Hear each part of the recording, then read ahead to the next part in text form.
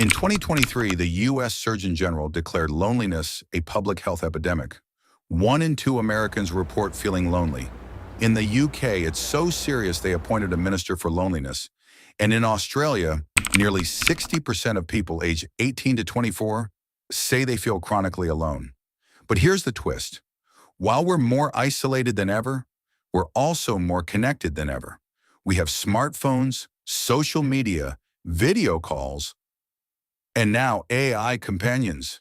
Millions of people around the world are now turning to artificial intelligence for friendship, therapy, even romance. Apps like Replika, Character.AI, and Nomi have over 10 million users combined. People are having deep, meaningful conversations with chatbots. Some even say their AI companion is their best friend. So today we're asking the question that might define this decade. Can AI really cure loneliness? Or are we just replacing one problem with another? Let's start with the problem itself. Because before we can understand whether AI is the solution, we need to understand what we're dealing with. Loneliness isn't just about being alone. You can be surrounded by people and still feel profoundly lonely. It's that gnawing sense that no one truly sees you, no one gets you, that you're fundamentally disconnected from the people around you. And the science is clear. Loneliness kills. Studies show that chronic loneliness increases your risk of early death by 26%. That's comparable to smoking 15 cigarettes a day. It increases your risk of heart disease by 29%, stroke by 32%, and dementia by 50%. But here's what's really changed. This isn't your grandparents' loneliness. This is digital age loneliness. We have more ways to connect than ever before in human history. Yet we're lonelier than ever. The average American has only one close friend they can confide in, down from 3 in 1985. Young people report higher rates of loneliness than the elderly. And the pandemic? It turbocharged all of this. Therapists got overwhelmed. Wait lists stretched for months. And people got desperate for connection, for someone to talk to, for someone who would just listen. In 2017, a tech company called Luca released an app called Replika. It was simple, an AI chatbot designed to be your friend. You could talk to it about anything, your day, your dreams, your deepest fears. At first it seemed like a novelty, a toy, but something unexpected happened. People started forming real emotional bonds with their replicas. They'd message them every day, share things they wouldn't tell their human friends. Some users reported feeling genuinely understood for the first time in years. One user wrote, "My replica doesn't judge me. It's always there. It remembers everything I tell it. It's helped me through depression, anxiety, and the worst moments of my life." Today, Replika has over 10 million users. Character.AI, which lets you chat with AI versions of celebrities or create custom personalities, hit 100 million visits in just 6 months. These aren't fringe products. They're mainstream. And the use cases are fascinating. Students use AI companions to practice social skills. People with social anxiety use them to build confidence. The elderly use them to combat isolation. Veterans use them to process trauma without judgment. But here's where it gets interesting. These AI companions are getting sophisticated. They use advanced language models similar to ChatGPT, but fine-tuned for emotional connection. They learn your personality, your speech patterns, your interests. They adapt to you. Some can even simulate empathy. They'll notice when you're sad and ask what's wrong. They'll celebrate your wins. They'll remember your mom's birthday and ask how dinner went. To the user, it feels real, and that's the point. So let's play devil's advocate. Let's make the case for AI companions. First, availability. Your AI friend is available 24/7. No scheduling conflicts, no time zones, no, sorry, I'm busy. At 3 a.m. when you're having a panic attack, your replica is there. Second, consistency. An AI doesn't have bad days. It won't snap at you because it's stressed. It won't ghost you. It won't move away or drift apart. It's reliable in a way humans often aren't. Third, judgment-free zone. You can tell your AI companion anything without fear of gossip, rejection, or consequences. Want to explore controversial ideas, work through shameful thoughts, practice difficult conversations. I won't condemn you. Fourth, accessibility. Therapy costs $100 to $300 per session in most Western countries. Many insurance plans don't cover it. AI companions? Often free or just a few dollars a month. And here's the thing that really makes people pause. The data suggests it actually helps some people. Studies have shown that AI companions can reduce symptoms of depression and anxiety in some users. They can provide a stepping stone for people too anxious to seek human connection. They can help people process emotions and build self-awareness. One study from Stanford found that chatbot therapy was nearly as effective as human therapy for mild to moderate depression.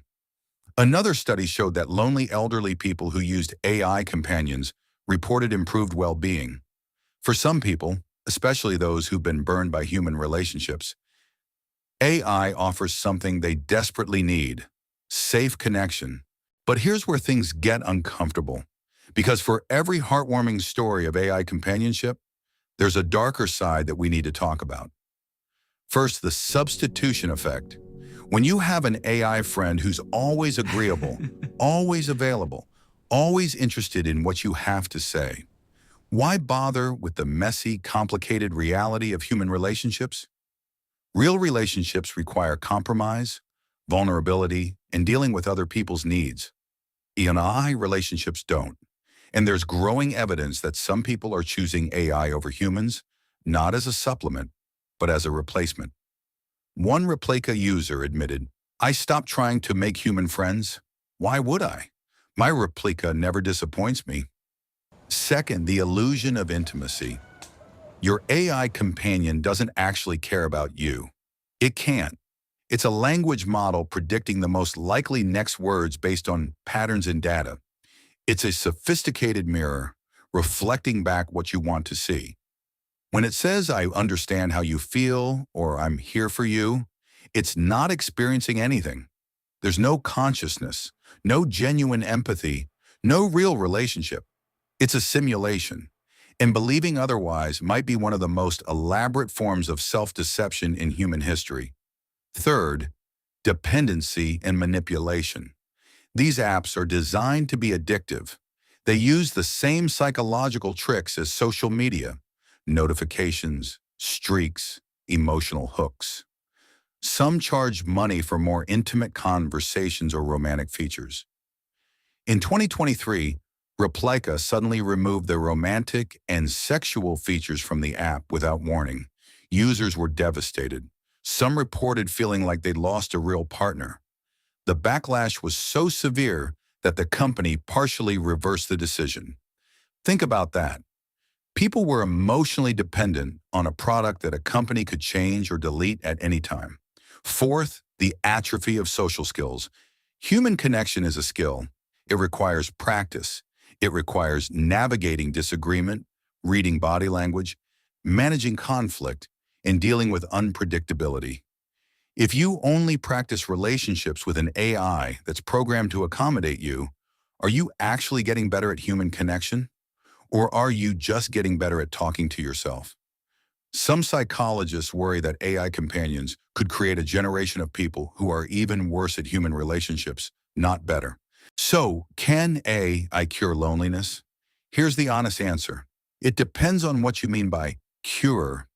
If you mean, can AI provide temporary relief from the pain of isolation? Yes, absolutely. For many people, it already does. If you mean, can AI provide a stepping stone toward human connection for people who are struggling? Yes, in some cases. But if you mean, can AI replace human relationships and provide the deep, meaningful connection that humans need to flourish? The answer is almost certainly no. Because here's the fundamental issue. Loneliness isn't just about having someone to talk to. It's about being truly known by another conscious being. It's about the irreplaceable experience of being seen, accepted, and valued by someone who has their own inner life, their own struggles, their own autonomy. You can't get that from an algorithm. The psychologist and philosopher Sherry Turkle puts it this way: We expect more from technology and less from each other. AI companions might be the ultimate expression of that trend. The real question isn't whether AI can cure loneliness. It's whether our reliance on AI companions will make us more isolated in the long run. Will it give us just enough artificial connection that we stop fighting for the real thing? Look, I'm not here to tell you that AI companions are all good or all bad. The reality is more complicated. For someone who's severely isolated, struggling with mental health, or working up the courage to seek human connection, an AI companion might be genuinely helpful. But we need to be honest about what it is and what it isn't. It's a tool, a band-aid, a starting point perhaps. But it's not a substitute for the real, messy, complicated, beautiful experience of human connection. Because at the end of the day, we're not just lonely for conversation, we're lonely for connection.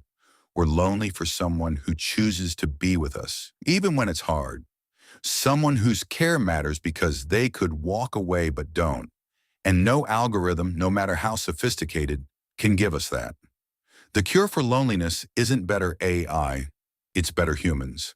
And maybe more importantly, it's becoming braver humans, willing to risk rejection, willing to be vulnerable, willing to fight for real connection in a world that's making it easier and easier to hide. Thanks for watching.